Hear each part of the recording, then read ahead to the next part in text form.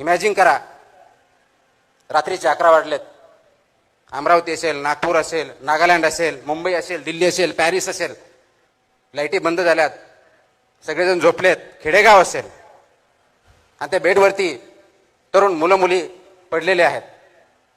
निळसर रंगाची छाप आपल्या चेहऱ्यावरती दिसते आहे, ते मोबाईल ओपन करून, आणि मोबाईलवरती आपला अंगठा चालू आहे स्क्रोल करण्यासाठी. इन्स्टा असेल, फेसबुक असेल, ट्विटर असेल, स्क्रोल, हसतो, काहीतरी जोक असतो, स्क्रोल, राग येतो, अनएम्प्लॉयमेंट,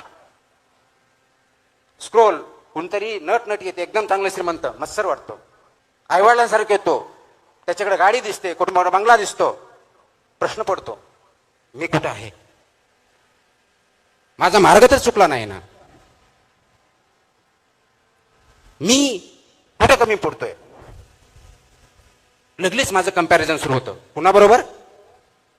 मोठ्या गाडी बरोबर, हिरो हिरोईन बरोबर, फोटो जे खूप चांगले आहेत, सुंदर आहेत, अत्यंत अट्रॅक्टिव्ह आहेत, त्याच्याशी कंपॅरिझन होतं. आणि त्या मोमेंटला आपल्यामध्ये न्यूनगंड सुरू होतो. आज सर्वात मोठा धोका तरुण पिढीला आणि आई वडिलांना सतावत असेल तर आताच्या पिढीमध्ये तयार झालेला हा न्यूनगंड आहे, आणि सर्वात मोठा प्रश्न आपल्याला सोडवायचा आहे. मग याच्यावरती अनेक वेळेस बोललो तर जनजी आळशी आहे, मोबाईल शिवाय त्यांना कळत नाही, रिअल वर्ल्ड कळत नाही, यांना माणूस म्हणून जगण्याची आवश्यकताच वाटत नाही, ते वेगळ्याच विश्वात राहतात, अशा प्रकारचं क्रिटिसिझम केलं जातं, आणि ते मला वाटतं योग्य नाही. आपण डिजिटल युगात राहतो, मोबाईल पासून दूर जाण्याची गरज नाही, पण कुठंतरी चुकतोय, तो कुठं चुकतोय हे बघण्याची गरज आहे. आणि म्हणून गरज कशाची आहे तर ह्या युगामध्ये ज्यावेळेस तुम्ही स्क्रोल करता, ज्याच्यामुळे तुम्हाला न्यूनगंड तयार होतो, तर ते अंडरस्टँड करण्याची, अप्रिशिएट करण्याची गरज आहे.